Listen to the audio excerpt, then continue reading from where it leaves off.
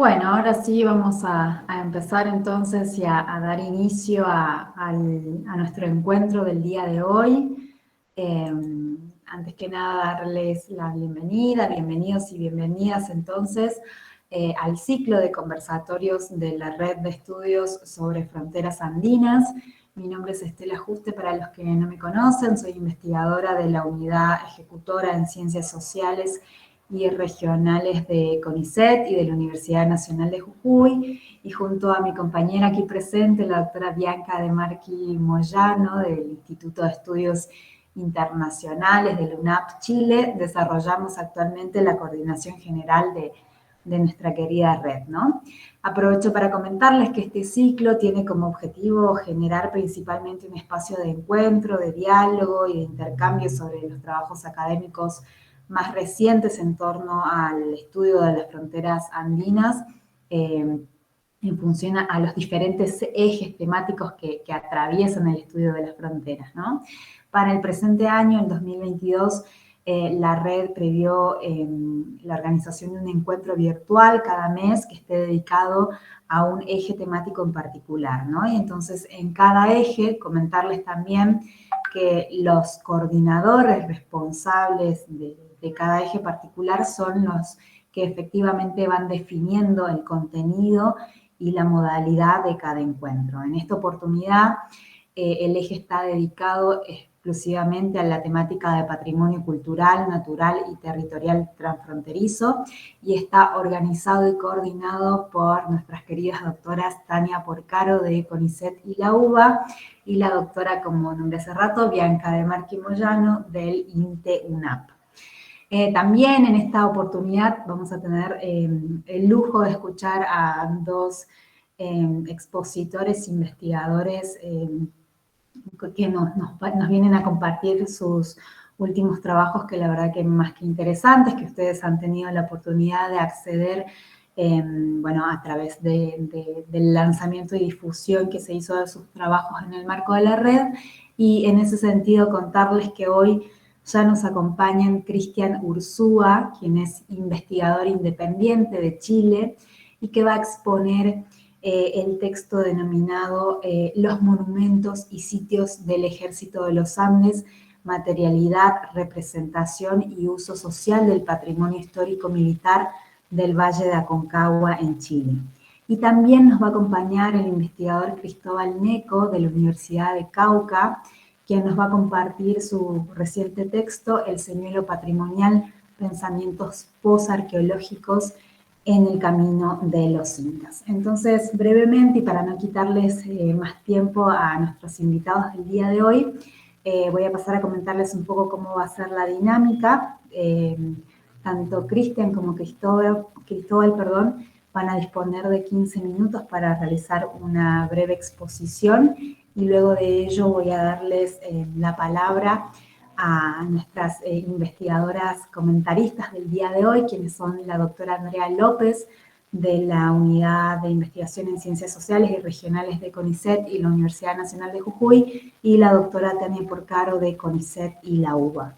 Así que luego de las exposiciones y de que las comentaristas tomen la palabra, también vamos a abrir a preguntas y comentarios del público que hoy nos acompañan, como solemos hacer en cada uno de los encuentros de la red. Así que, bueno, a continuación voy a empezar entonces a presentar a nuestro primer expositor, a Cristian Ursúa. Comentarles que Cristian es historiador e investigador de patrimonio cultural, es de formación licenciado en Historia por la Universidad de Chile y magíster en Historia por la Universidad de Santiago de Chile. Posee además diplomados y cursos en patrimonio cultural y museología, y ha trabajado en diversos proyectos de investigación y desarrollo vinculados a la historia, al patrimonio y al turismo, en calidad de investigador responsable y co-investigador en las regiones de O'Higgins y Valparaíso. Ha publicado libros de historia, entre los cuales se destacan La cuestión social en San Fernando, Ciudad, Sociedad y Sectores Populares entre 1884 y 1927. Esta es una obra del año 2016. y Colchagua en emergencia, historia de sus desastres socionaturales entre 1906 y 1985, obra del año 2020. Asimismo, ha publicado artículos relativos al patrimonio cultural en revistas académicas como La Estación Hermanos Clark del Ferrocarril Trasandino, un estudio del paisaje ferroviario de montaña que data del año 2018, y Los Santuarios de la Plata, la representación histórica de la independencia en los museos chilenos, publicada en el año 2019, entre otros. Así que sin más, Cristian, te voy a ceder la palabra. Muy bienvenido y gracias por acompañarnos el día de hoy. Muchas gracias, Estela. Voy a compartir mi presentación. Okay. Agradecer por la invitación a la red de estudios de la frontera andina y a todos a quienes nos acompañan hoy. Esta investigación, que tiene un título largo, que ya mencionaste, es parte de un trabajo que realicé entre 2017 y 2019, cuando trabajaba en el Centro de Investigación de Turismo y Patrimonio de la región de Valparaíso, acá en Chile. Ahí estuve a cargo de lo que era el área de patrimonio histórico-cultural. Investigando el patrimonio de este Valle Concagua, me encontré con que habían grandes vestigios vinculados a este hecho histórico denominado el cruce de los Andes. No me voy a dedicar a contar la historia, pueden investigar después, pero quisiera apuntar algunos datos relevantes. Que este cruce del ejército de los Andes se desarrolla en el contexto de la independencia de América y el Plan Continental de San Martín, que es cuando este general argentino desde Mendoza organiza y apertrecha, disciplina a un ejército para cruzar la cordillera hacia Chile a través de 6 columnas y de esa manera liberar del yugo español a ese territorio, y cuyo hecho cumbre y como término en cierta forma simbólico del cruce es la batalla de Chacabuco del 12 de febrero de 1817. Cabe señalar que esta es una gesta militar de valor universal, ¿ya? Si ustedes leen los libros de historia, van a hacer referencia a la genialidad de San Martín en pensar y ejecutar de manera perfecta esta operación militar. Lo otro es que este hecho también se estudia en las academias militares del mundo, como ejemplo de organización y ejecución de un plan militar, ¿ya? Por tanto, este hecho histórico-militar tiene gran importancia y adquiere vigencia cuando se desarrolla lo que es el bicentenario del cruce del ejército de los Andes del año 2017. Entonces yo, estando como en el corazón de ese proceso en el Valle de Aconcagua, me di cuenta de que la ruta conservaba elementos patrimoniales, materiales e inmateriales, así como un paisaje natural espectacular, con respecto a lo que es la geología, la flora y la fauna, también, que cabe recalcar, que es el paisaje donde ocurre este acontecimiento. Entonces, aquí me pude dar cuenta que hay una amplia investigación histórica. O sea, hay cientos de escritos sobre José de San Martín, los próceres, el cruce, las batallas y la historia vinculada a este hecho histórico. Sin embargo, pude constatar también que no había estudios desde una perspectiva patrimonial.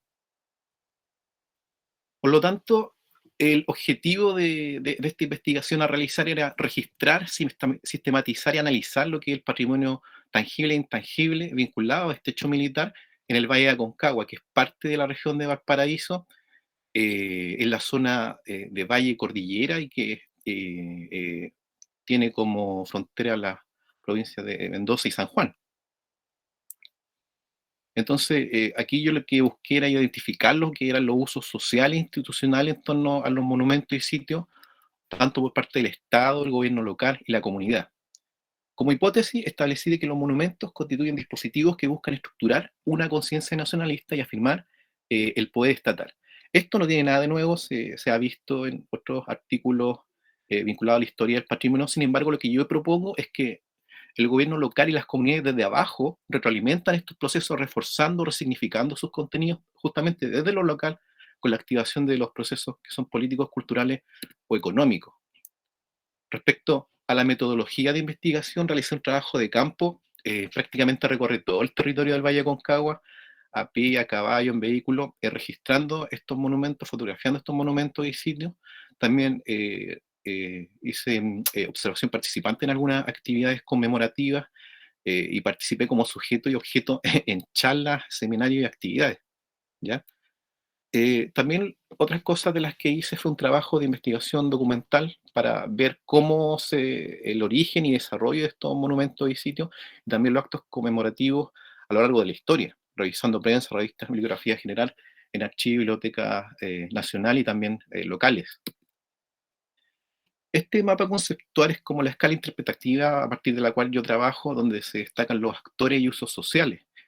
Tenemos por arriba, vinculado a este tema de los monumentos y sitios, un nivel nacional, donde se forja lo que es relato oficial, que busca la legitimación del Estado.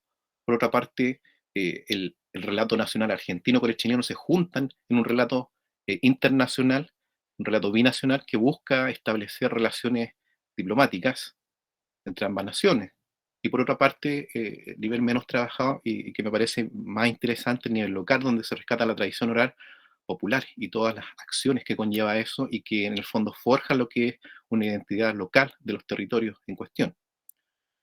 A mano izquierda de la pantalla tenemos los actores e instituciones. Ustedes verán que esta temática es transversal, no solo los periodos de conmemorativos, sino a lo largo de todo el año. Ahí se vincula lo que es el ejército, el Estado, el ejército, el gobierno regional, gobierno local, centros de investigación, ONG, museos, empresarios, corporaciones, etcétera. Y por otra parte podemos ver lo que son los usos sociales, que es la dimensión política, la dimensión cultural y la dimensión económica, respecto que ya lo vamos a ver de forma más específica. Esta es una tabla que sale en el artículo, donde sale la cuantificación y clasificación de estos monumentos y sitios. La columna de la izquierda tenemos las comunas que abarca, que pertenecen a este valle de Aconcagua, y arriba la clasificación. Tenemos en total cerca de 63 elementos patrimoniales, tenemos monumentos, monolitos, bustos, estatuas, inmuebles históricos, sitios con o sin monumentos, pero que tienen relevancia por el relato que contienen, también objetos en los museos, tanto históricos como alegóricos, y murales que se reparten en distintas ciudades del Valle de Aconcagua.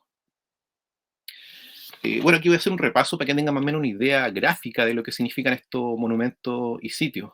Uno de los más importantes son los monumentos de batalla, de las distintas columnas que incurrieron en estos actos en el Valle de Aconcagua, tanto la columna de José de San Martín, con su brigadier Bernardo Higgins, y también la columna de Juan Gregorio Las Heras. Tenemos el monolito combate de Guardaveja, el monumento al combate de Achupaya, monumento del combate a las Coimas abajo. Uno de los más importantes monumentos de batallas de la batalla de Chacabuco, que fue la batalla decisiva del ejército binacional contra los realistas. Este monumento es como núcleo de los actos conmemorativos, y a lo largo de la historia se han ido sumando distintos elementos como cañones, monolitos, y ahora hace poco con el tema de la conmemoración del Bicentenario del 2017 se crea un sitio de interpretación donde uno puede tener los pormenores de la batalla. Tenemos por supuesto los pasos fronterizos de encuentro entre chilenos y argentinos durante los actos conmemorativos, el sitio de Vallehermoso a la izquierda, el Cristo Redentor a la derecha. Tenemos también los bustos de los próceres que se reparten en las distintas comunas, la de José de San Martín, por supuesto, y sobre todo la de O'Higgins, que está prácticamente casi en todas las comunas. Tenemos las paradas, donde el ejército estuvo descansando, apertrechándose o haciendo alguna actividad, y la comunidad local rescata estos sitios de alguna manera y los patrimonializa, instalando monumentos e hitos explicativos. Tenemos también los museos, que son bastante importantes. Hay alrededor de 8 museos. Estas imágenes corresponden al Museo del Regimiento Yungay, de la comuna de Los Andes. Tenemos un diorama que recrea el cruce, y tenemos una urna funeraria de un soldado destacado de la guerra, Rafael Maruri, que participó del cruce del ejército, la batalla de Chacabuco, la batalla de Maipú y la expedición a Lima.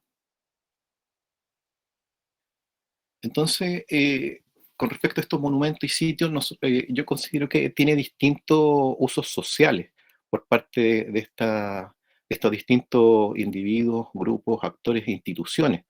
Por una parte, lo que se busca desde el punto de vista del Estado es generar un acto ritual para conmemorar su propia historia y que lo que busca es la legitimación del propio Estado, la soberanía territorial, instalando monumentos, banderas, formación ciudadana, de formar a la ciudadanía en los valores patrios de estos soldados y también de reafirmar los votos diplomáticos. En la foto abajo tenemos al expresidente Macri y la expresidenta Bachelet de Chile celebrando en el sitio de la batalla de Chacabuco el bicentenario de esa batalla. Tenemos también los procesos de patrimonialización que son bastante importantes, pues estos monumentos y sitios es parte de la identidad de los pueblos y las comunidades. Hay un reconocimiento de la historia, la materialidad, los hitos y los héroes locales. Y uno de los casos más emblemáticos es la comuna de Putaendo, que se ha tomado muy a pecho el tema del cruce de los Andes como parte de su identidad. De ello, este pueblo se autodenomina como el primer pueblo libre de Chile y también como la capital patrimonial de Aconcagua.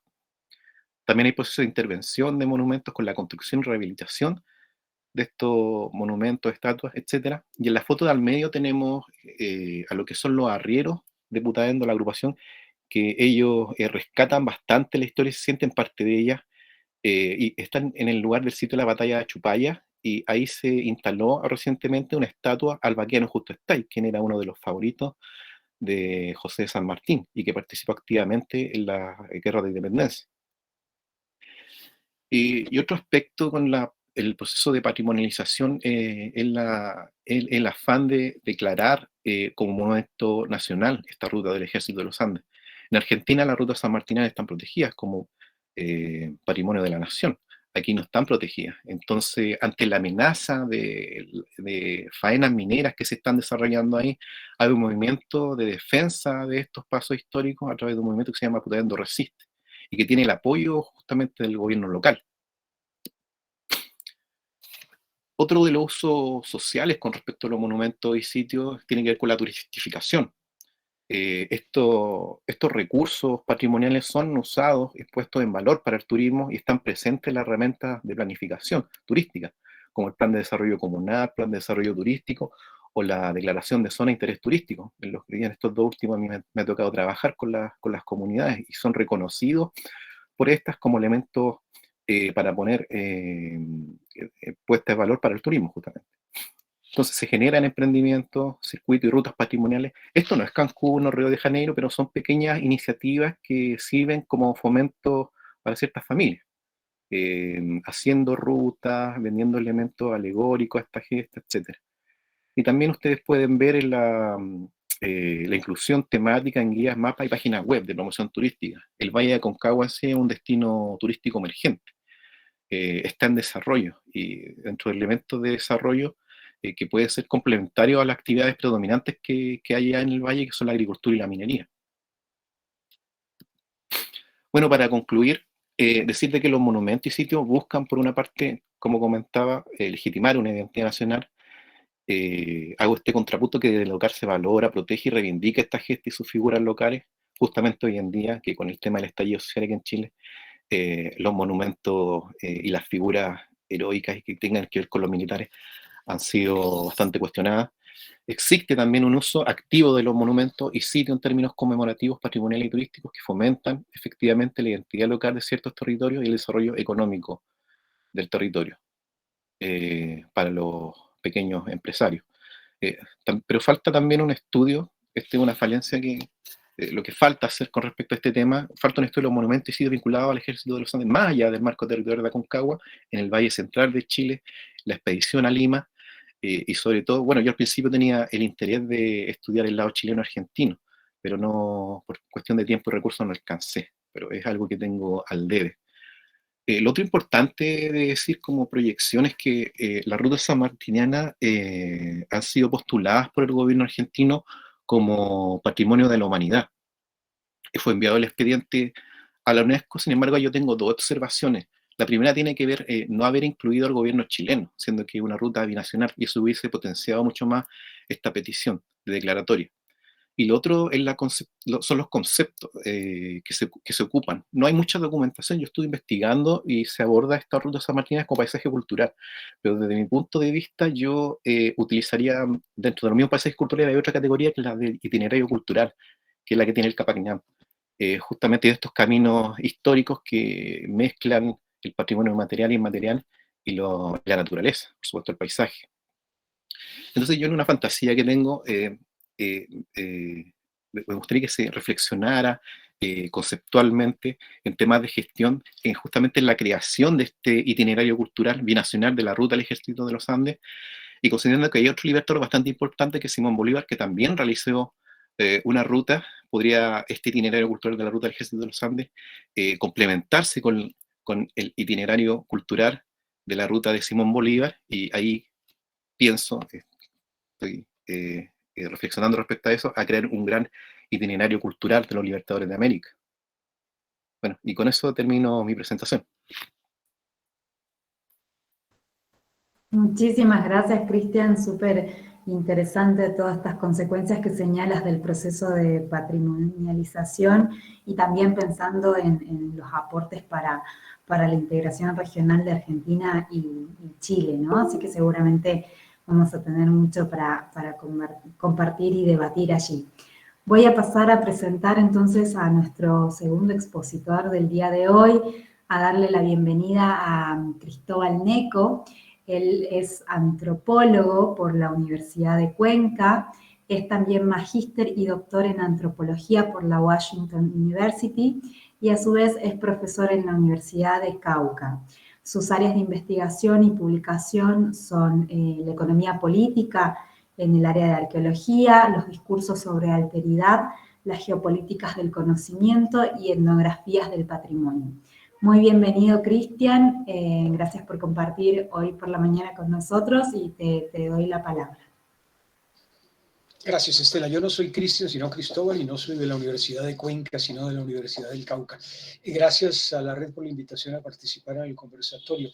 Yo llevo ya varios años haciendo la investigación etnográfica sobre la patrimonialización del Capañán, con la intención de ver cómo se construyen los significados patrimoniales, quién los construye, cómo se vehiculan, cómo circulan, cómo la gente los recibe, cómo se opone la gente a ellos, cómo los articula, los selecciona, los ironiza.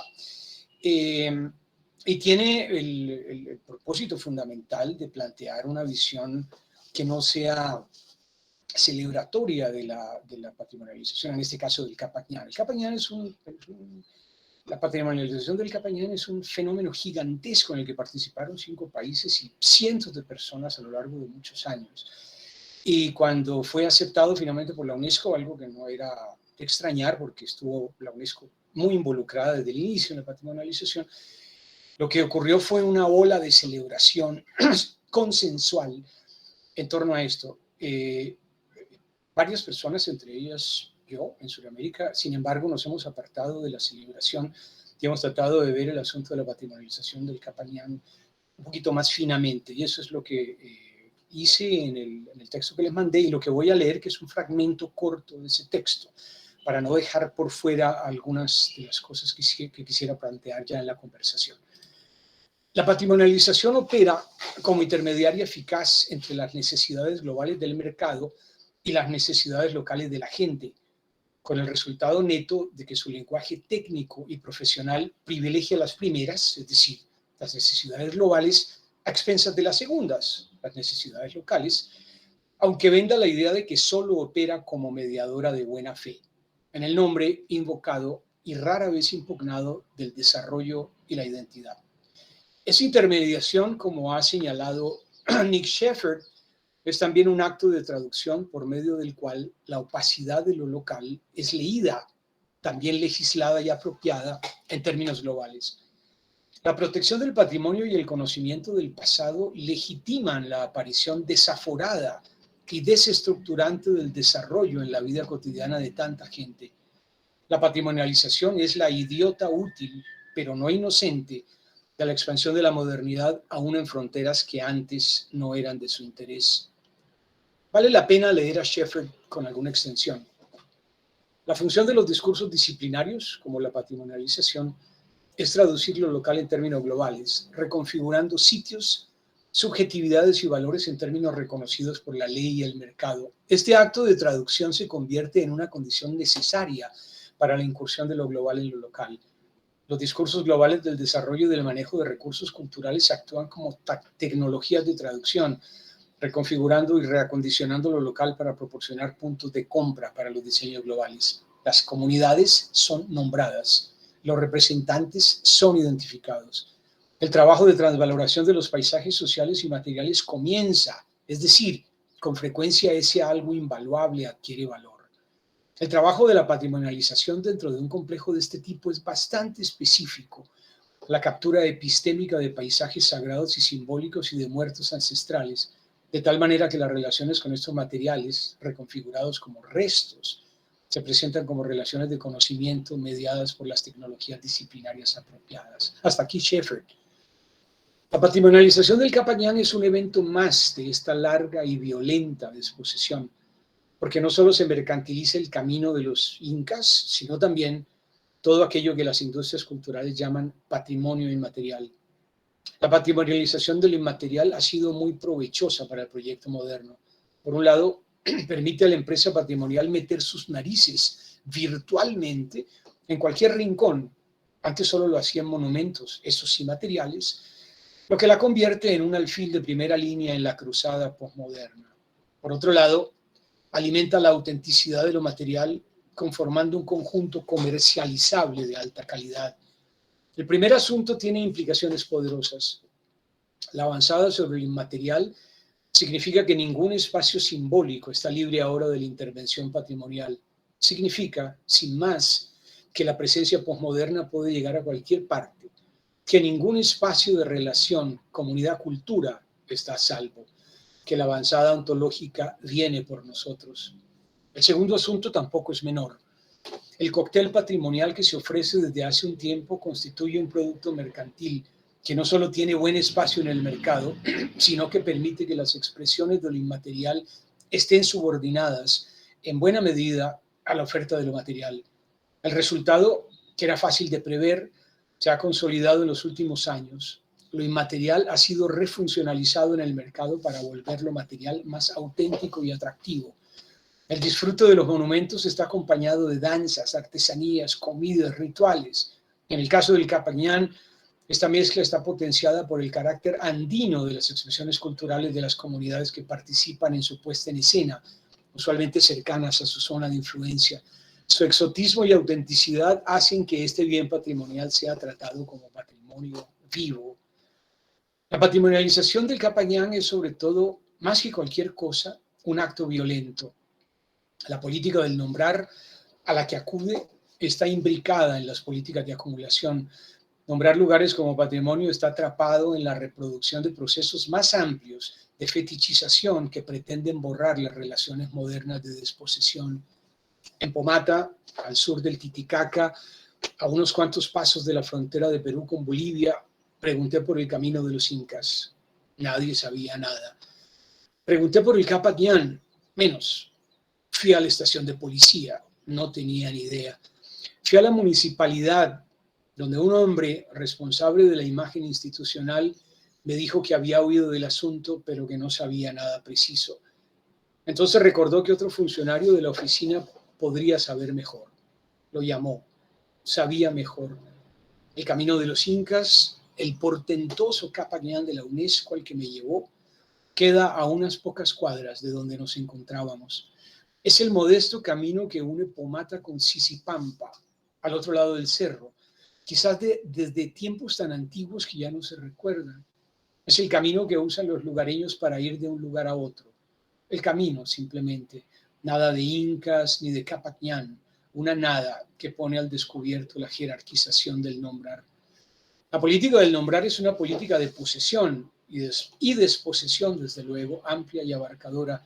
El camino ahora es de alguien. No importa que ese alguien sea tan abstracto como la nación de la humanidad.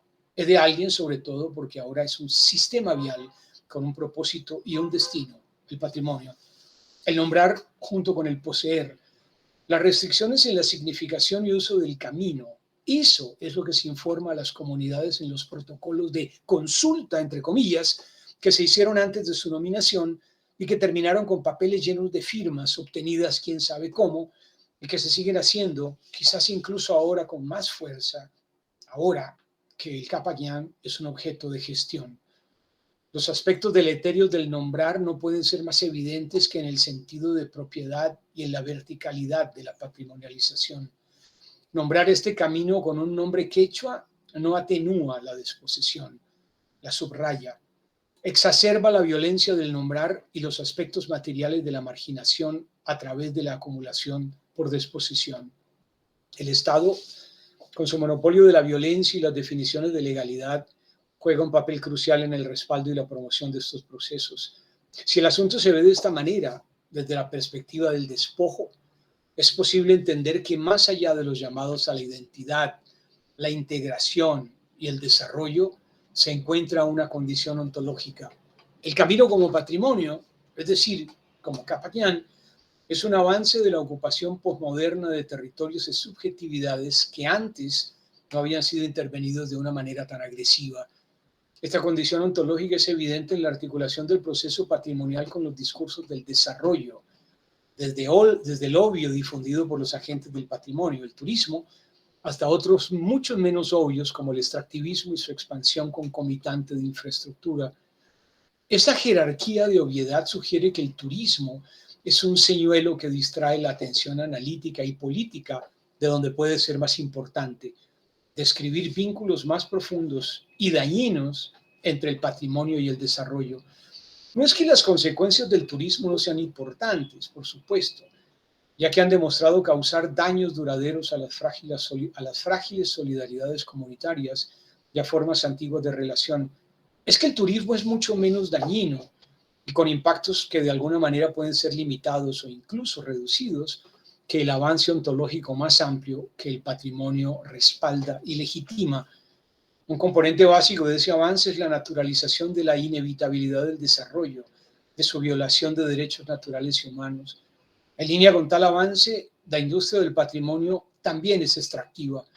No extrae productos tradicionales, sino nuevos, llamados valores patrimoniales, de sus lugares de origen en redes de relaciones cuya importancia no es solo histórica.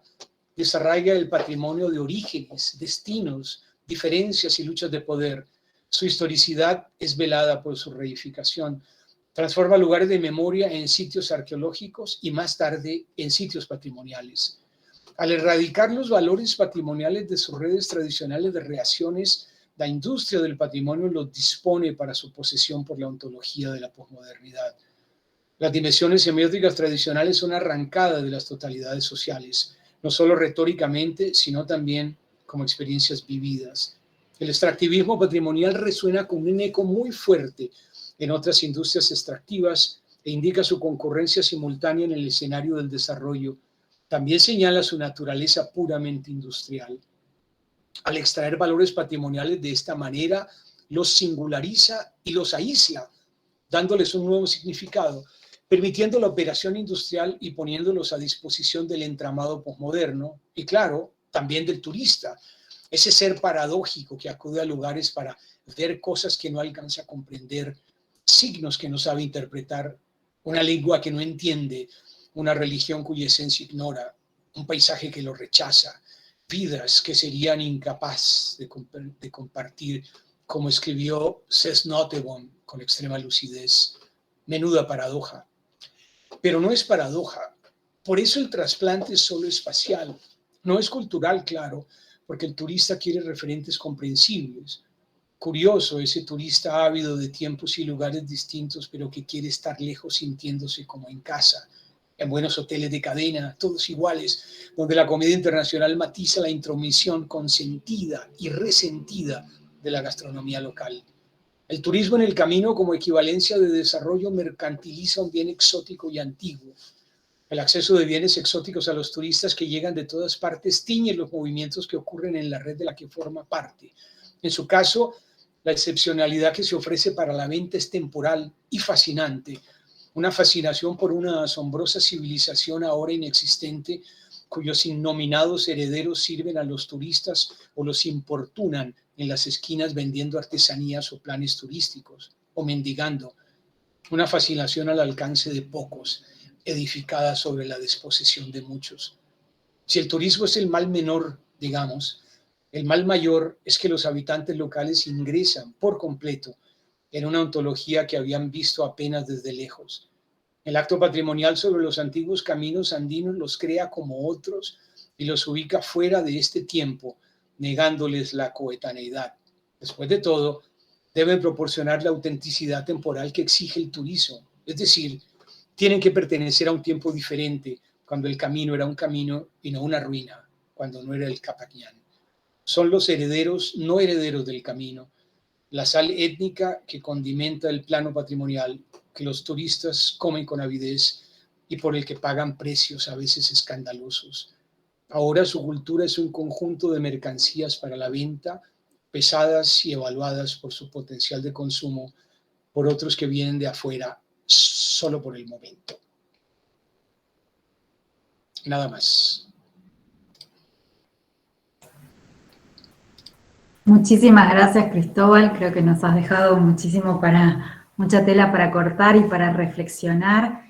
A mí me gustaría ahora dar continuidad a las palabras a través de nuestras comentaristas del día de hoy. Le voy a dar primeramente la palabra a la doctora Andrea López. Ella pertenece a la Unidad Ejecutora en Ciencias Sociales y Regionales, a la UECISOR de CONICET y la Universidad Nacional de Jujuy. Andrea. Hola, buenos días. ¿Me escuchan? Sí, te escuchamos perfecto. Genial. Primero, muchas gracias por la invitación, tanto a Estela como a Bianca como a Tania. Es un placer siempre participar de la red. Ahora, siempre me gusta estar, estoy en casi todos los encuentros, pero bueno, ahora como comentarista, ¿no? Cuando las chicas me hablaron, lo que pensamos un poco en relación a la temática que yo venía trabajando y lo que efectivamente los compañeros, a quienes felicito por sus trabajos, iban a exponer, lo que pensamos un poco es la idea de, y también pensando en la temática de la red, digamos, no es como fronterizar, si se quiere, ¿no? Las reflexiones que aportan los compañeros en sus artículos, ¿no? Entonces, la idea era un poco esa, tratar de mirar los artículos más desde una visión de personas que estudian la frontera o haciendo foco en eso, ¿no? Que también aparece muchísimo en los artículos. Y digo esto porque cuando empecé a leer el artículo de Cristian, en el primer párrafo, en el resumen, aparece esta idea, aparece esto de, ¿no? de la autoconstrucción de los estados latinoamericanos, ¿no? y la importancia en esa autoconstrucción de los imaginarios patrios, ¿no? Que después él lo enriquece con los monumentos y todo eso. Entonces, para quienes estudiamos fronteras, claro, eso es fundamental porque una de las primeras acciones que hacen los estados para autoconstruirse es delimitar, ¿no? sus espacios, delimitar las fronteras. Entonces, me pareció que venía súper bien esto de pensar estos artículos desde una visión más de frontera, ¿no? Entonces, pensar, bueno, cómo estos los imaginarios, los monumentos, ¿no? De los que Cristian tanto reflexiona, y las fronteras son esos dispositivos que contribuyen a la legitimación de los estados-nación, ¿no? Sobre todo. Entonces, me pareció sumamente interesante. El artículo es muy lindo, yo a quienes no lo leyeron se lo súper recomiendo, aprendí un montón, siempre me parece algo importante de resaltar, sobre todo de esta historia que, como bien dice Cristian, está un poco compartida, ¿no? El cruce. Pero me voy a focalizar en una parte del artículo en la que él habla, ¿no? En la que él hace su trabajo de campo y en la que agrupa a los monumentos que él está relevando en 4 categorías. Y una de esas categorías es la que llama pasos fronterizos y paradas, ¿no? Que me pareció sumamente interesante en ese sentido y pensando en las reflexiones que habíamos propuesto para este conversatorio, ¿no? Y preguntarte, Cristian, igual, a ver, muchas de las cosas que voy a decir son preguntas que salen o son pensamientos que a mí me llevan o que me surgen después de leer el trabajo. No todo tiene que ser respondido por Cristian, podemos, digamos, responderlos entre todos o no, digamos, capaz son todas preguntas que me van surgiendo a mí a la hora de leer el trabajo, ¿no? Entonces, pensaba un poco en eso, primero en esa categorización que hace Cristian, que me parece sumamente interesante, que son los pasos fronterizos y las paradas, pero después sí quiero 2 cositas resaltar puntualmente de ese apartado, que una tiene que ver con, bueno, dónde están localizados esos monumentos, y uno habla de Valle Hermoso, si me equivoco, Cristian, por favor, corregime, ¿no? Y en un apartado él dice, es un punto de encuentro entre las delegaciones argentinas y chilenas, y también lo dijo en la diapositiva, ¿no? Y en ese mismo apartado él habla sobre otro que es Uspallata, puede ser Cristian, en el lado argentino, ¿no? Y él dice, bueno, el paso fronterizo, o el artículo dice, el paso fronterizo constituye un símbolo de paz y unidad entre Argentina y Chile, ¿no? Y eso, por supuesto, a quienes estudiamos frontera nos llama poderosamente la atención, ¿no? Esta idea de la unidad, ¿no? La paz, la unidad, palabras que para, por ejemplo, en mi caso, que yo estudio otras fronteras, digamos, y que hay muchos ejemplos de fronteras en donde de paz y unidad, uno podría decir, no sé si hay siempre, poco hay, ¿no? Entonces, por ahí preguntarte eso en relación a, entiendo que esto está focalizado a la parte de los monumentos, pero sí pensar, bueno, ¿qué pasa cuando no es conmemorativo? ¿Qué pasa en esa frontera o en ese lugar que cuando no hay una conmemoración de ese acto, sino que hay la cotidianidad misma, ¿no? Digamos, o sea, si uno en ese sentido podría seguir pensando en esta idea de paz y unidad entre Argentina y Chile, ¿no? Y eso inevitablemente también me trae a las representaciones, que es algo que vos también trabajás, ¿no? Sobre estas fronteras argentinas y chilenas y el resto de las fronteras argentinas y cómo hay también, ¿no? Un cambio en las representaciones de esas fronteras, ¿no? Porque nuevamente cuando yo leía el artículo de Chile, del compañero de la frontera de Chile, no aparece como la idea de conflicto, ¿no? Como que entiendo que, digamos, no quiero decir que eso tenga que ser el foco, entiendo que no es el foco, pero digo, yo como investigadora de frontera, ¿no? Digamos, y como la idea es fronterizar estas discusiones, digamos, cuando leo algo así tan sencillo, me es muy similar a las representaciones efectivas que hay, por ejemplo, en los medios de comunicación sobre la frontera argentino-chilena, ¿no? Porque él menciona el Cristo, digo, ha sido, o es todavía, ¿no? Sobre todo cuando hay que hacer compras, ¿no? En el lado chileno en algún momento nos favorecía más, otro menos, como el cambio también va favoreciendo, pero hemos visto representaciones en los medios de comunicación que hacen foco también en el Cristo, bueno, en ello, digamos, entonces por ahí también pensaba todo eso cuando leía ese apartado, este apartado que él llama pasos fronterizos y paradas, ¿no? Un poco también pensaba, bueno, en las representaciones que existen, en el artículo él dice, ¿no? Cómo una de las cosas que les queda pendiente es como mirar las representaciones o los monumentos desde este lado, ¿no? Del lado argentino. Bueno, ¿qué pasa también ahí con la idea de José de San Martín? Un poco él también lo desarrolla. Me parecía muy interesante esa idea también, ¿no? De José de San Martín en el lado chileno. Bueno, ¿qué pasa con todo eso, no?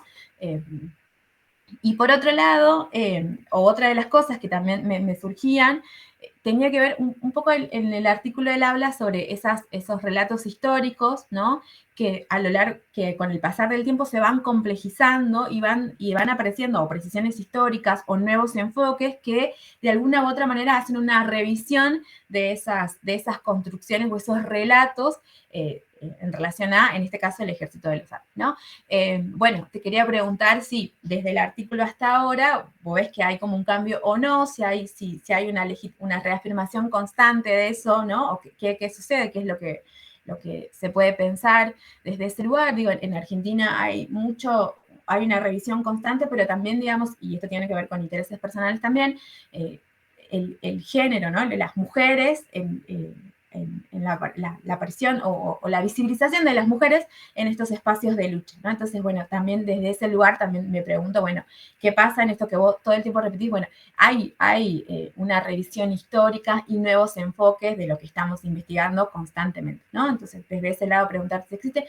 En Argentina hay un montón, digo, o sea, aparecen, de hecho, un montón de, bueno, los billetes, digo, ¿no? Ahora las mujeres que han participado en diferentes luchas aparecen en los billetes. Digo, bueno, si hay algo de eso también, o que nos cuentes un poco más de eso, o que me cuentes a mí un poco más de eso, que me llamó poderosamente la atención.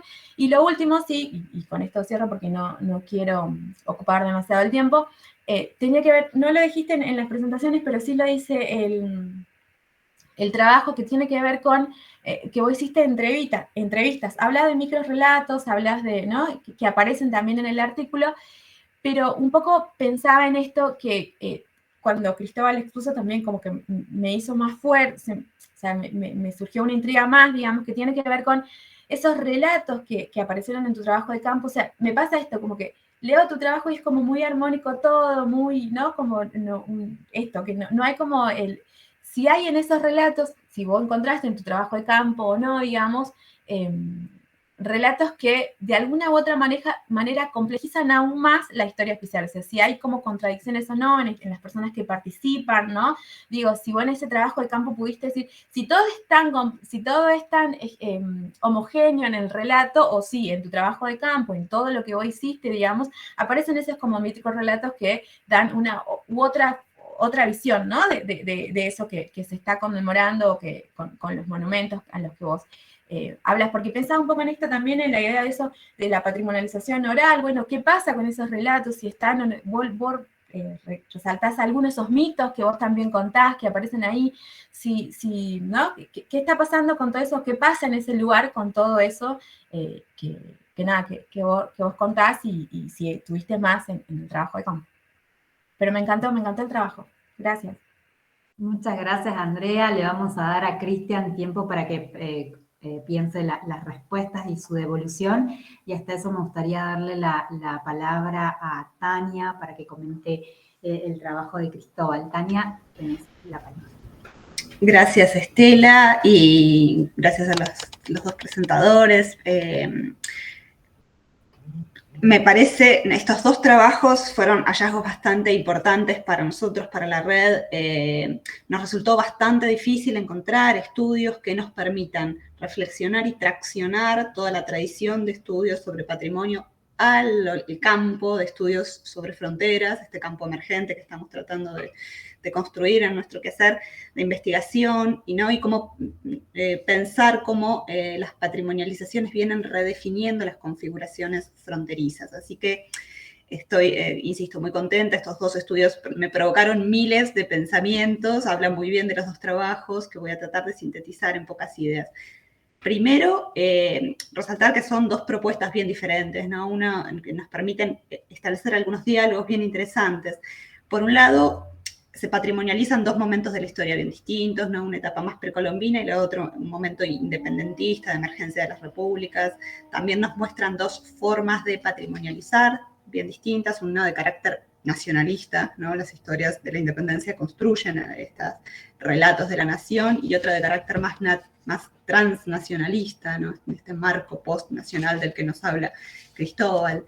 Y también nos muestran dos visiones bien diferentes, ¿no? Desde estas perspectivas más críticas a la modernidad, a la posmodernidad, al pensamiento más cercano al pensamiento decolonial, postcolonial, y las perspectivas más cercanas a las comunidades locales y las miradas locales. Y los dos son trabajos del año 2019, lo cual me llamó la atención y me parece que es un campo que está tal vez tratando de decir algunas cosas, o por lo menos, ¿no? Desde nuestro interés de pensarlo desde la cuestión fronteriza. Entonces, en este sentido, voy a sintetizar 4 grandes ideas que me surgieron a partir de la lectura del trabajo, súper interesante. Son reflexiones, no sé si son preguntas, y así me dirás si compartís algo de lo que estoy planteando o no, y se suscitarán después mayores intercambios con el resto de los participantes. Por un lado, me pareció interesante pensar en las similitudes y paralelismos que existen entre los procesos de fronterización que venimos estudiando y los procesos de patrimonialización, como vos nos lo presentás, Cristóbal, en tu trabajo. No, los dos son procesos de construcción de otredad y de alteridad, ¿no? Liderados desde los estados nacionales, que construyen un otro que es desigual, que es diferente, que representa algún tipo de peligro, de amenaza, desde estas visiones, ¿no? Y que la relación con este otro debe ser mediada, controlada y regulada. Entonces, desde esta perspectiva, ambos operan, primero, en ambos casos opera primero una apropiación simbólica y discursiva, ¿no? Esta forma de nombrar, como contás en tu trabajo, ¿no? También podemos pensarlo como estas formas de cartografiar, son formas de poseer, ¿no? En una primera forma de apropiación simbólica y discursiva, que después, en el caso de los estados nacionales, en muchas ocasiones se transformó en una apropiación física, ¿no? En una intervención, una ocupación efectiva de los territorios, y que pienso que en el caso de los patrimonios tal vez está en proceso de acontecer esto, ¿no? Traducirse estos nombramientos patrimoniales en intervenciones concretas, que no sé si ya ocurrieron o no. A mí me cuesta verlas en algunos casos, y cómo se efectivizan, ¿no? En los diferentes sitios donde esto se traduce en intervenciones concretas. Entonces, desde esta perspectiva, ambas apropiaciones son violentas, son verticales, son del orden de la imposición, ¿no? Y tanto patrimonializar como imponer una territorialidad implica siempre negar otras territorialidades, silenciar otras voces, desarticular otras formas de organización, otras formas de habitar. Y acá operan siempre, ¿no? Como vos bien mostrás o señalás en tu trabajo, también en los procesos de frontalización, ¿no? Operan naturalizaciones, logosaciones, que es esa palabra que introducís en tu trabajo, ¿no? La construcción de logos, de marcas, la marca de la nación, la marca del camino andino. Hay mitos fundacionales, historias, ¿no? Comunes, romantizadas, estos relatos que se construyen, y también operan ilegalizaciones en ambos casos, ¿no? Estas distinciones entre lo que es bueno y lo que es malo, lo que está permitido y lo prohibido, lo legal y lo ilegal. Entonces esta construcción de otredad, mediada, regulada, ¿no? Define un otro que en estos casos deja de ser un peligro o es aceptado, valorizado, valorado, en la medida en que se quede allá y no venga acá, ¿no? En que se quede en la historia, en que sea parte del pasado y no sea una posibilidad real, actual. Lo mismo con el vecino, ¿no? Cooperamos, hacemos cooperación transfronteriza, relaciones de hermanamiento, siempre que se queden allí y que no vengan aquí, porque si no serían migrantes y los migrantes son una amenaza, ¿no? Para pensar algunos paralelismos entre esta forma que es una forma de pensar estos procesos. Bien interesante. Por otro lado, otro conjunto de reflexiones que me suscitó este trabajo tiene que ver con el modo en que los discursos globales vienen produciendo imaginarios transnacionales y transfronterizos fuertemente, que lo venimos viendo en distintos procesos. Esta apropiación global de las formas de estructuración de lo local, de la vida cotidiana, ¿no? Y de la frontera como espacio de vida. Entonces, en este contexto actual, ¿no? De post-transnacionalismos, ¿no? Lo post y lo transmoderno, un contexto multicultural o plurinacional, me pregunto, ¿cuál es el papel que le queda a la vieja frontera de los estados nacionales, si es que podemos pensar que son viejas fronteras, ¿no? Porque están más vigentes que nunca, por otro lado, y que nuevas fronteras se están creando, nuevas delimitaciones, nuevas fronterizaciones? Y en este sentido, vos ahí en tu trabajo mencionás, ¿no? El pasaje de una identidad nacional a una identidad andina, esto de lo andino me parece que tiene mucho potencial para seguir siendo pensado, ¿no? ¿Qué es lo que se está construyendo con esta idea de andinidad, ¿no? Y cómo lo andino oculta, niega, invisibiliza otras cosas, otras configuraciones posibles, pero también pienso que habilita nuevas intersecciones, ¿no? Esto de lo andino está siendo muy utilizado, está jugando muy fuertemente en muchas de las iniciativas transfronterizas que venimos observando, ¿no? En estas de carácter indigenista o humanista, no sé cómo lo planteas en tu trabajo, no sé cómo caracterizarlo. Entonces pienso también cómo juegan estas patrimonializaciones transfronterizas que están tan de moda hoy en día, pero que producen pocos efectos reales, efectos en términos de generar relaciones transfronterizas distintas a los marcos nacionalistas que se nos han venido imponiendo en la historia y que siguen produciendo efectos divisorios. Y que en general también producen muchas veces más competencias, más asimetrías y más contrastes. La tercera idea que traigo para pensar es cómo, que es algo que vengo pensando hace tiempo, ¿no? Cómo opera esta figura abstracta de camino inca, Capacñán, camino andino, en sitios concretos, ¿no? Esto, ¿cómo se efectiviza? Esto es algo que me preguntaron hace 4 años en el marco de un trabajo de investigación que estuve presentando ahí en la zona de la Puna, la Circumpuna, y la verdad es que no lo puedo responder porque no lo veo en el campo, ¿no? No veo cómo se están apropiando localmente de estas nociones tan abstractas de Capacñán, ¿no? Es un poco difícil de entender cómo se concreta, cómo se exhibe, cómo se lo consume en lugares concretos, esta distancia, tal vez, como lo planteas en tu trabajo, entre el nombre y lo nombrado, ¿no? Entiendo que esta noción homogénea de lo inca y lo andino debe contraponerse con la fuerte heterogeneidad que significó lo inca en cada país, en cada localidad, en cada sector, en cada comunidad, como un poco lo mencionas en el trabajo, pero tal vez sin profundizar mucho, ¿no? Esta heterogeneidad al interior de lo inca y de lo andino Me parece que es algo para seguir pensando y supongo que se replicará en las formas específicas que asuman, ¿no? Las formas locales que asuman las estrategias de exhibición, de exposición y de consumo en el marco del turismo.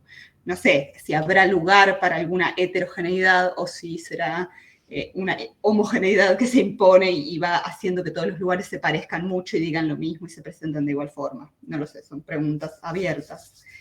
Y por otro lado, pienso el papel de Perú en las tramas políticas que dieron lugar al Capacnián, porque entiendo que Perú fue uno de los iniciadores de esta propuesta, pero también es el que más provecho económico ha sacado históricamente de la turistificación de lo inca, ¿no? Siempre Perú es como el modelo a seguir en términos de turismo, en el panorama sudamericano al menos. Y especulo, no sé, si es que la patrimonialización conjunta de estos 5 o 6 países buscó derramar ese beneficio económico que concentró Perú hacia otros países vecinos. No lo sé, o sigue reproduciendo y sigue reforzando, ¿no?, los beneficios económicos que recibe Perú a partir de su patrimonialización y turistificación de lo inca, ¿no? No veo cómo se está redistribuyendo esto, si que está ocurriendo esta redistribución de la centralidad histórica de Perú. Y ahí pienso un poco en las rugosidades, ¿no?, de Milton Santos, de cómo las formas del espacio construido, las formas heredadas van condicionando las formas actuales de la división de este trabajo, de la visión territorial y social del trabajo turístico y la recentralización de Perú en el marco de este camino inca. Son algunas ideas. Y para cerrar, no quiero... Ya me extendí mucho. La cuarta idea tiene que ver con otros paralelismos que observo entre las discusiones actuales del campo de estudios de fronteras, y que es esta tensión entre la frontera impuesta y la frontera contestada, ¿no?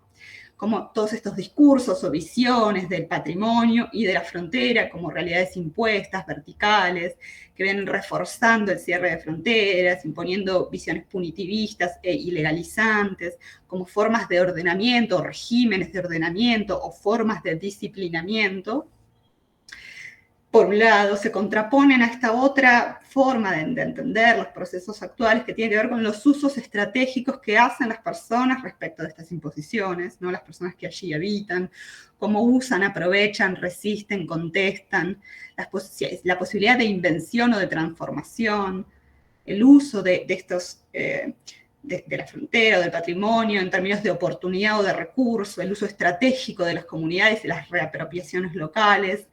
Y en este marco, entonces, me pregunto si no queda margen para imaginar o construir algo diferente de estas formas de patrimonialización, considerando, ¿no?, el uso del patrimonio para resistir tal vez otros avances, como nos contaba recién Cristian, por ejemplo, de la minería, y así. Bueno, son esas ideas, perdón por la extensión, y gracias nuevamente a los dos expositores. Muchísimas gracias, Tania, muchísimas gracias, Andrea. A mí me gustaría proponerles, bueno, primero darles la palabra a Cristian y a Cristóbal para que hagan una devolución, y luego proponerles a las personas que están participando también si quieren hacer alguna pregunta o comentario respecto de las exposiciones, van a ser más que bienvenidas. Así que, Cristian, ¿te parece iniciar vos con tus comentarios? Sí.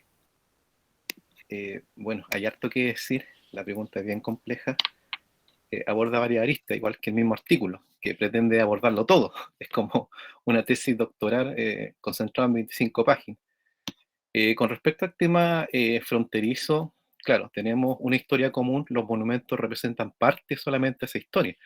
Hay otros eventos históricos y desarrollo de estos más de 200 años de historia compartida, donde hemos tenido justamente elementos conflictivos.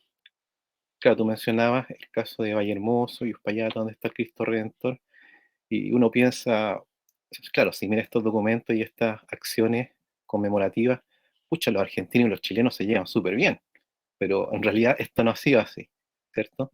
Bueno, de hecho el mismo Cristo Redentor dice, y cito, se desplomarán primero estas montañas antes que argentinos y chilenos rompan la paz jurada a los pies del Cristo Redentor. Entonces, la historia nos dice que esa promesa se ha roto varias veces. Ya pasó durante la Guerra del Pacífico, cuando estamos en ese entonces peleando contra Perú y Bolivia, en esa guerra, y los argentinos aprovechan ahí para conseguir lo que es el territorio de la Patagonia, ciertamente. Luego, después de 1904, se construye lo que es el Cristo Redentor, con esta promesa de paz. En el mismo tiempo se construye lo que es el ferrocarril trasandino, que traza, en cierta manera, indicios de relaciones comerciales y amistosas con el país trasandino. Pero en 1976, en plena dictadura, que estuvimos al borde de la guerra también, ¿cierto? Bueno, y ahora último hemos tenido rivalidades por cuestiones del fútbol, ¿cierto? A propósito de las Copas de América, ¿ya? Eh, entonces, claro, estos monumentos cuentan parte de una historia, pero no cuentan toda la historia, ¿cierto? Bueno, y también quisiera recalcar que estos lugares de frontera, bueno, el sitio de Vallehermoso, ahí solamente se llega a caballo. Ahí cerca de ese sitio hay un retén militar donde hay unos carabineros que están constantemente vigilando. Pero el sitio de Uspallata, donde está el Camino Internacional, es un sitio súper activo en términos de tránsito, comercial, de turismo. Está las canchas de esquí de Portillo, están las termas de Cacheuta, entonces hay un constante ir y venir. Por allí también pasó el camino del Inca, también hay vestigios incaicos, entonces es una zona que concentra muchos elementos patrimoniales e históricos con respecto a la historia chileno-argentina. Con respecto a los temas de subalternidad, claramente últimamente ha habido nuevos enfoques, rescatando no solamente la genialidad de lo que son los grandes próceres históricos como San Martín, O'Higgins, Soler, etcétera, sino que se ha rescatado ya desde hace un tiempo el valor de los sujetos que participaron, como son, por ejemplo, el caso de los afrodescendientes que participaron en el cruce de los Andes, que son los libertos, que tenían esta categoría entre esclavo y hombre libre, y que sirviendo al ejército iban a ser liberados, que son uno de los valores del ejército, que es desarraigar la esclavitud de América, ¿cierto? Con respecto al papel de las mujeres, bueno, están las mujeres que trabajaron surciendo los trajes, trabajando para aperar este ejército de los Andes durante la época de la Reconquista española. Mientras se estaba preparando el ejército aquí en Chile, hubo patriotas nacionales que sirvieron como espías durante esa jornada. Y quisiera mencionar un artículo que se publicó hace poco, de hecho justamente de un historiador chileno y un argentino, de Pablo Lacoste y Cristian Guerrero Lira, quienes ellos rescatan la labor justamente de lo que son los arrieros cordilleranos en este cruce de los Andes. Claramente José San Martín fue quien visualizó todo, creó la estrategia, pero él, cuando llegó desde España al Virreinato de la Plata, él no conocía la cordillera de los Andes. Entonces tuvo que valerse de una red de actores que conocían el territorio, los arrieros, los vaqueanos, y a partir de eso crearon toda esta cartografía para poder cruzar los pasos cordilleranos. También había, como ellos mencionan en este artículo, toda una red aparte de los arrieros y los troperos, las pulperías desde donde se informaba, se recogía información respecto a lo que estaba pasando en Chile, y para poder más o menos operar de manera óptima cuando se desarrollara este cruce de los Andes. Bueno, con respecto al tema de las entrevistas, bueno, hay entrevistas, entrevistas que son abiertas, también conversaciones, otros relatos rescatados de textos antiguos donde se rescatan estos hechos de la independencia, justamente. Y quisiera recalcar, por ejemplo, de la importancia que tienen estos textos con el poblado de Cariño Botado, que es cuando el ejército de José Gregorio Las Heras cruza, tiene ciertos tonos de leyenda, llega al sector de los Andes, y la gente un poblado de ese sector los quiere agasajar con víveres, con vestibles. Sin embargo, este ejército, por las operaciones militares que está realizando, pasa de largo y los deja botados. Dejan, como se dice por acá, el cariño botado, y desde entonces ese pueblo toma ese apelativo y lo consideran como parte de su identidad. Entonces uno puede ver a través de eso qué tan fuerte ha golpeado este hecho histórico-militar a la zona, al punto de en este caso, señalar con ese nombre a ese pueblo. Pero también hay contradicciones también, con respecto a las distintas comunas. Por ejemplo, desde los Andes se interpela Putaendo que se declara el primer pueblo libre de Chile. Según ellos son el primer pueblo libre de Chile. Y lo otro es que los monumentos tampoco concitan esta imagen como de identidad por parte de una parte de la comunidad, pero no claramente todos. También se han vandalizado ciertos monumentos, específicamente durante el estallido social, pero a un nivel que no digamos que es como la voluntad mayoritaria de la gente que vive allá, atentar contra los próceres San Martín O'Higgins, contra sus bustos, como sí fue como en el caso en el sur de Chile que se atentó contra los conquistadores españoles y se derrumbó la estatua y se las paseó por las calles de la ciudad, se las tiraron a los ríos. Aquí yo podría decir que hubo un respeto a esos monumentos. Si hubo alguna intervención fueron mínimas, según pude registrar. Eso es lo que puedo decir con respecto a las preguntas. Ahí podemos seguir conversando si tienen. Muchas gracias, Cristian. Muchas gracias. Cristóbal, ¿vos quisieras hacer algunos comentarios sobre los comentarios vertidos por Tania y Andrea? Sí, hace 5 años fui con 2 amigos, Karina Joffre y Mauricio Lucero, al norte de la provincia de San Juan, buscando 2 tramos patrimonializados del Capañán, que fueron incluidos en la propuesta argentina y finalmente declarados Patrimonio de la Humanidad junto con los demás. A uno no pudimos ir porque está en un parque, una reserva gigantesca que se llama Reserva de la Biosfera San Guillermo, a la que no es posible acceder como investigador porque le piden a uno cualquier cantidad de requisitos que no cumplimos. La otra está afuera, en el departamento Iglesia. Karina consiguió un amigo vaquiano que conoció dónde estaba el camino, fuimos con él y no lo encontró. Iba con fotos del camino, el camino estaba acá y fuimos a unas lomas y Alberto caminaba, lo veíamos, volvía, llegó desencajado a decirnos, el camino no está.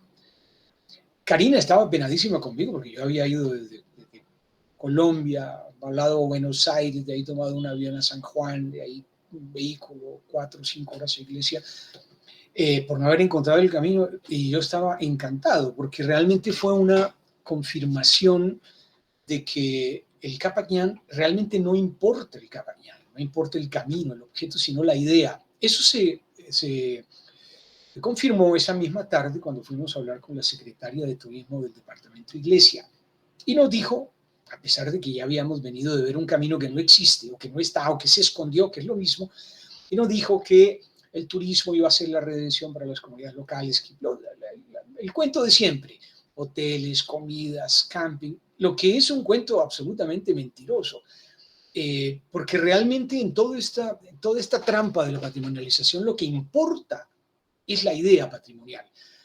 La idea, yo uso el término idea pensando en el corazón de las tinieblas. Conrad no hablaba de civilización y progreso, sino de idea. Esta idea que ha circulado en el relato moderno colonial. Yo le pregunté a un funcionario del BID hace un tiempo también por qué el BID había financiado la patrimonialización del Capañán, porque a mí me inquietaba eso. Y me dijo, después de una conversación larga, me reveló lo que podríamos llamar la verdad del BID. Necesitaban un símbolo de integración. Y ese símbolo de integración era el Capañán. Pero yo le pregunté, ¿integración para qué? ¿Símbolo de integración para qué? La integración es una carreta, eso es una idea que todo el mundo pregona y nadie sabe bien cómo se come, lo mismo que la idea del desarrollo, lo mismo que la idea de la identidad. Son ideas de las que todo el mundo habla y de las que pocos tienen realmente idea concreta de qué son.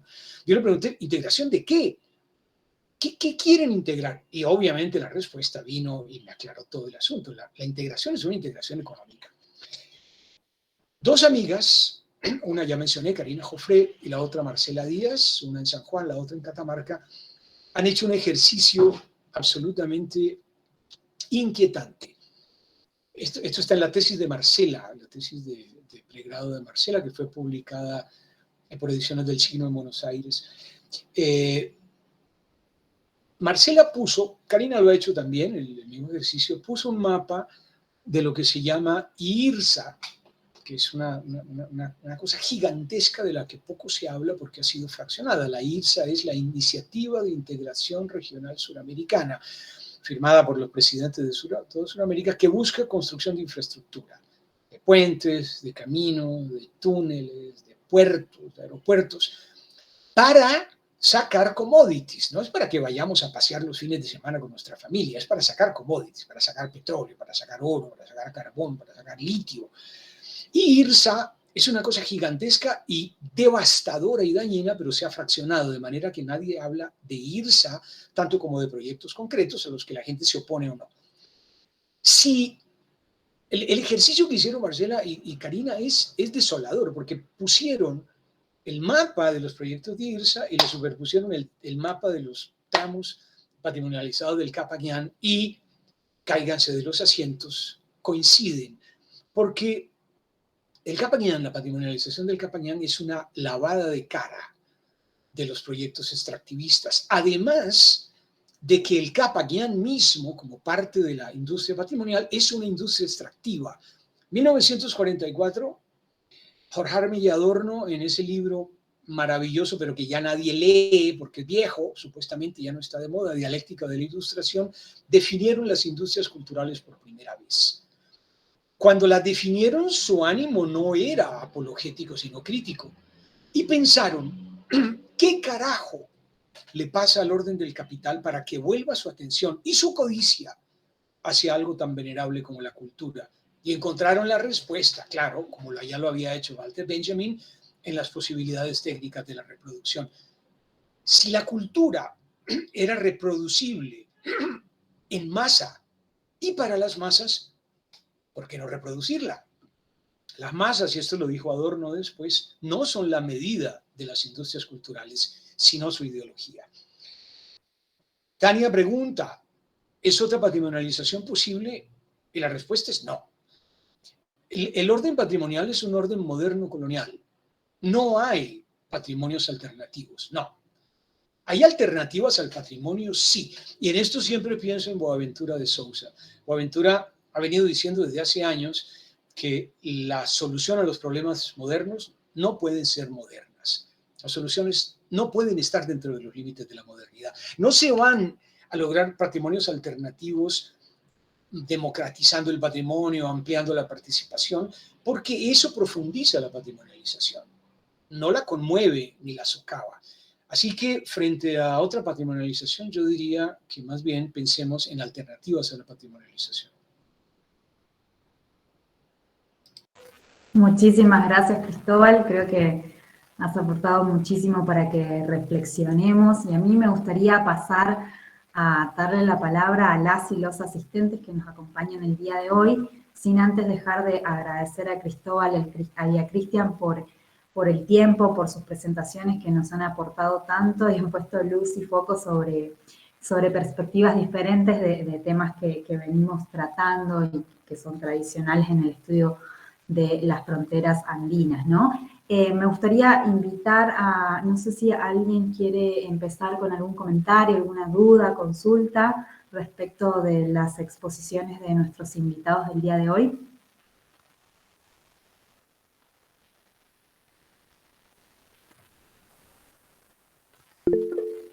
A ver, Nancy, bienvenida, Nancy Egan. Hola, como nadie levanta la mano, me atrevo a ir primero. Primero, quiero agradecerles por compartir los trabajos, me gustaron mucho. Para Cristian, yo creo que hablo para toda la gente que vive acá en Jujuy para decir, venite a ver el éxodo jujeño y las reuniones en Suipacha, porque son fascinantes como eventos, recreaciones o eventos memorizando estas guerras de independencia con trascendencia muy diferentes, son transfronterizos y todo. Me parece que a vos te gustaría, es re interesante. También, a ver, tengo un par de preguntas que preguntas o ideas que voy a intentar ser muy breve. La primera es justamente sobre la combinación que vos mencionaste, Cristóbal, entre ese plan sudamericano de infraestructura y el Capacñán, y esa interacción entre, vamos a decir, dos formas de economías globalizadas, ¿no? El turismo internacional y el extractivismo.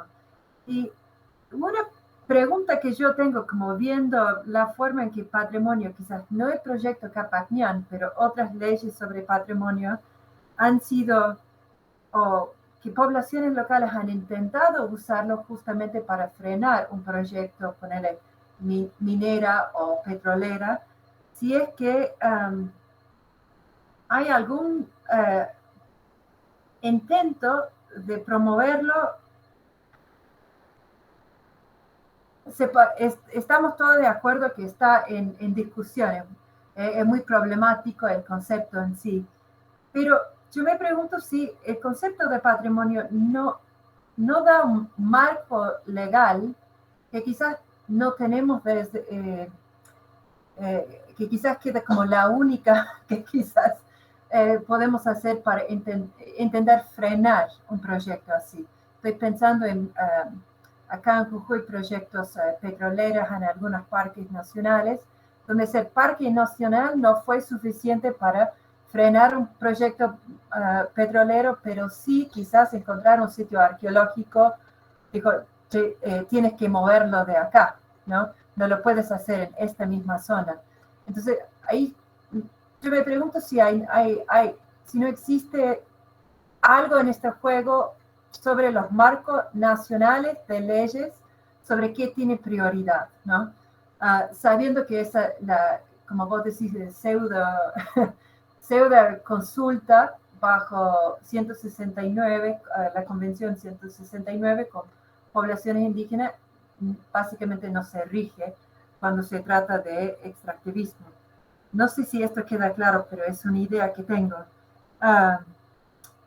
La otra que yo estaba pensando era justamente sobre una presentación que había ocurrido hace un par de meses en este grupo, en que otro investigador, otro compañero chileno, presentó sobre una red de turismo muy activo entre Atacama y Uyuni, en lo cual era una red de familiar, étnico y de comunidades que ocurrió, si bien atravesía zonas protegidas como patrimonio natural.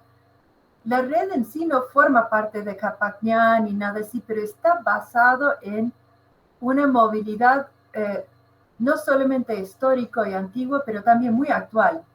Y era como una forma de revitalizar. Perdón, necesito más café hoy. Todo parece como trabalenguas. Pero resultó como revitalizar estos vínculos transfronterizos, y en ese proceso era justamente los miembros de esa comunidad transfronteriza que lograron aprovechar de algo que el Estado justamente no lo hacía, ¿no? Y fueron como resignificando sitios antiguos adentro de ese nuevo contexto.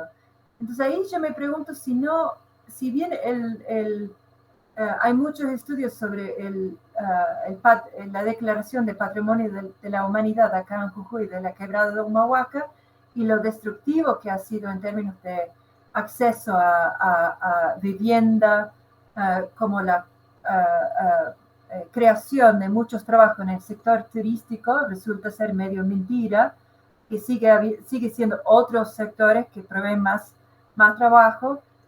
Yo me pregunto si no hay alguna forma en la cual ese tipo de turismo transfronterizo se podrían beneficiar los mismos pobladores y bajo cuáles condiciones, ¿no? Y bueno, no es, bueno, lo tiro como pregunta, no es que tengo una respuesta, solo que Alejandro Garcés me parece que presentó un caso re interesante y que justamente eso fue pasando. Sin embargo, el Estado no jugaba un papel ahí, tampoco UNESCO, ninguna organización internacional.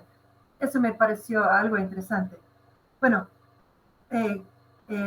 extiendo más como repito la sugerencia que vengas para acá, Cristian, para ver el éxodo, porque es muy interesante. Bueno, con esto cierro. A ver qué dice. Muchísimas gracias, Nancy, todos invitados para el 23 de agosto, entonces a Jujuy, para la marcha evocativa y demás conmemoraciones. Y me gustaría que hagamos una ronda, si les parece, de preguntas, de reflexiones. No sé si alguien más se quiere sumar. Ya está. Estela, yo intervengo. Es que la verdad es que si hacemos, Sí, por favor.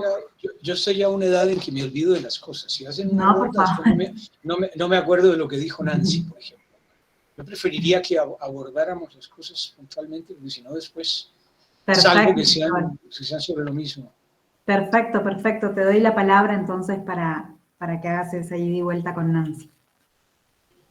Y el ejemplo de lo que decías, Nancy, ahora, el ejemplo perfecto es Perú, que es un estado casado con el capitalismo, muy fuertemente casado desde hace muchos años, y dos de sus bienes más preciados son los metales, sobre todo el cobre y el oro, y los incas. Los dos, metales e incas, son mercancías. Entonces juega con los dos un equilibrio bastante precario que a veces explota. Entonces a veces le da toda la apuesta a las mineras y a veces toda la apuesta al patrimonio, porque los dos son mercancías muy, muy preciadas, ¿no? El ingreso por turismo es altísimo. No sé si comparable al de los metales, pero parecido. Entonces, claro, las comunidades locales, que no son estúpidas, a veces ven que el patrimonio puede servir para parar la voracidad de las empresas mineras. Hay muchos casos en la Puna, ¿no? en los Andes al sur de Cusco, por ejemplo, de luchas que sostuvieron las comunidades contra las mineras por el agua, que se jugaron en el terreno del patrimonio. Pero eso es jugar con fuego. El tema patrimonial es un tema que hay que ver con cuidado, porque es un tema tremendamente dañino. Y eso también lo saben las comunidades.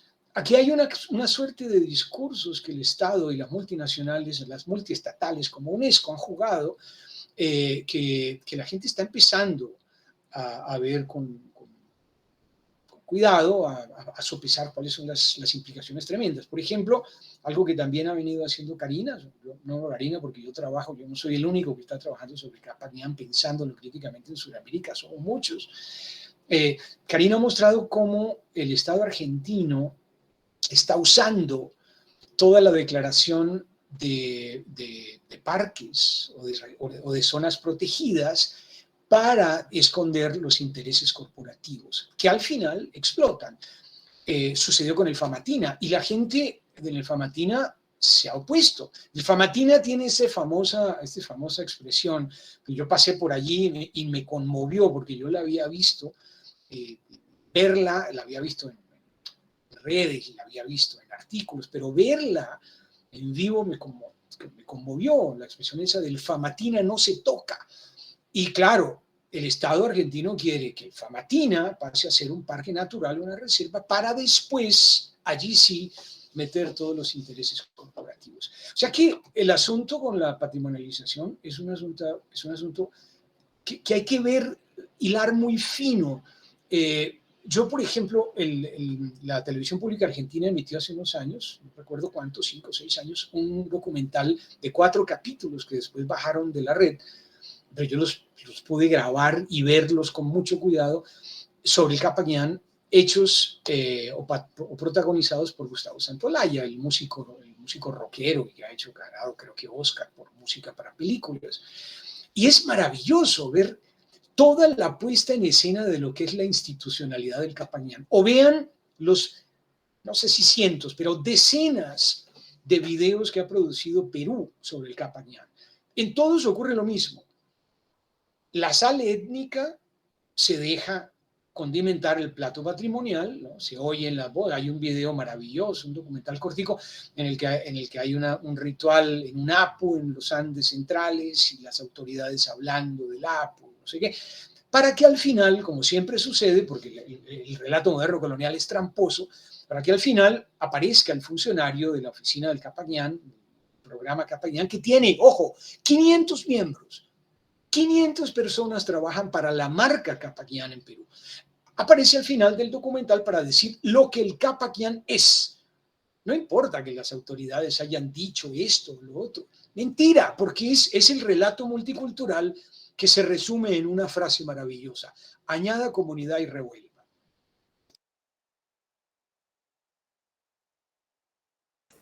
Muchísimas gracias, Cristóbal.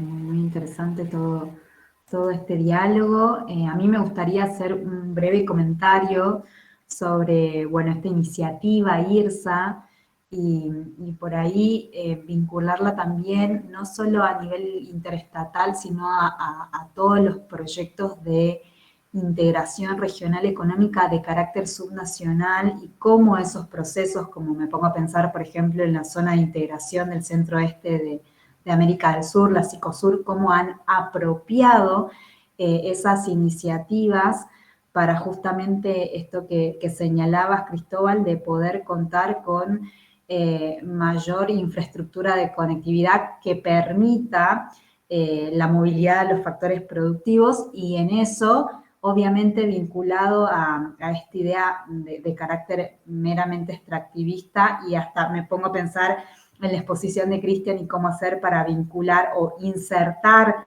la región, en este caso la Cicosur, en el mercado internacional a través de los puertos de Chile y a través de los puertos del sur de Brasil, en este corazón que hace los corredores bioceánicos, ¿no? Y cómo esa visión por ahí se complementa con esto que sostenías vos de los puntos centrales del Capañán, ¿no? Entonces, bueno, solo era para hacer ese breve comentario y preguntar si alguien más quiere hacer algún breve comentario o consulta. Bien. Bueno, a mí me gustaría cerrar primero y antes que nada agradeciendo la generosidad y enorme predisposición de Cristóbal y Cristian, también agradeciéndoles a Tania y a Andrea por el tiempo y la dedicación, desde ya que invitamos a Cristian y a Cristóbal a sumarse a la red de estudios sobre fronteras andinas.